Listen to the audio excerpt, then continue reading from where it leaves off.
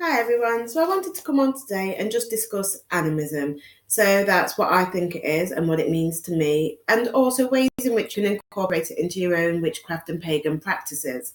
So I am an animist. I view everything in nature as having a soul or a spirit. So that's rivers, trees, mountains, plants, you name it. If it's in nature, then I believe it's got a soul or a spirit. Um, in the early days of my practice, I kind of was turned off from animism, and the problem was that I didn't really explore it properly. I kind of took one person's opinion of what it was as fact, and then I let that kind of tarnish what it was for me. And so that moment, I was watching someone discuss it on a video, and they picked up a plastic cup and then told me that they thought that had a soul and spirit. And it was at that moment that I thought, you know what, it's not for me. That's not what I think. And so I kind of left it there. The problem is that was just one person's opinion on what animism was. And I think I put it down to youth and the fallacy of youth. And I knew what I wanted to be and wanted to do. And if I felt something didn't fit in with that, I kind of just cut it out and left it. But the thing is, I kept coming back to animism. I kept being drawn back into it. And so I kind of thought, right, well, I'll have a look at it and take it more seriously. And that's what I did. And in a way, it's kind of sad. And I think to myself, where would I be now if in the beginning I hadn't kind of turned away from it? I'd probably be a lot more along my own path. But then, we learn from our mistakes, don't we? It's all a learning curve. And so, oh well. But so today I thought I would discuss ways in which you can incorporate animism into your own witchcraft. So for me, being animist is about reconnecting our souls with nature. It's about finding our place within nature and the cycles of nature, because we are a part of nature. And I think that for so many of us, we've been conditioned to live our lives of work, school, work, and family life. And, what else do you have time for after that? You're so tired that you just want to come home and sit down on your settee and watch some telly for a few hours before you go to bed, and the whole process starts again.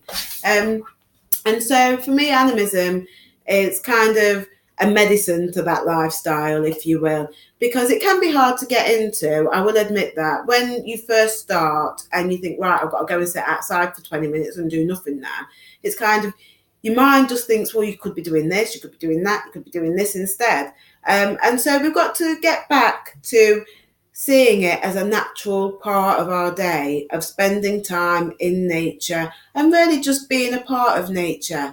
I think as a species, we would get so much benefit from just doing that.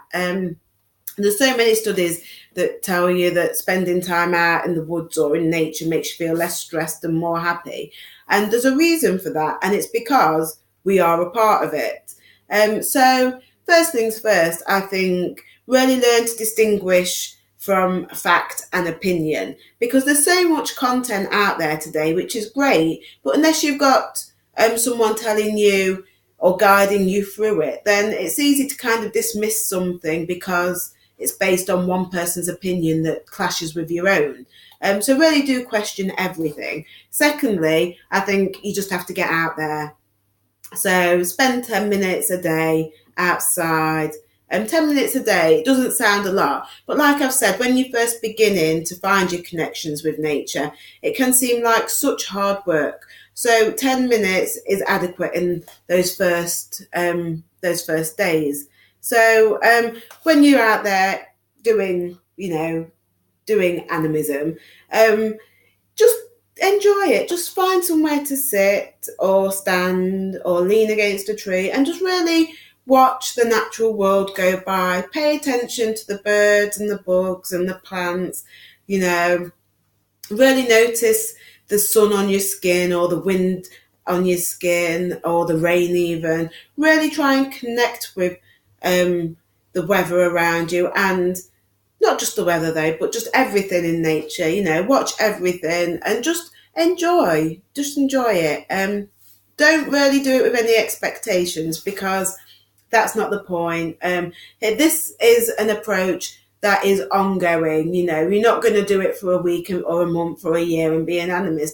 It's a way of life. So it's about incorporating it into our lifestyles and it becoming a way of life, because we are connected to nature, and all of those nature spirits out there, the ones I've already mentioned, they don't exist separately.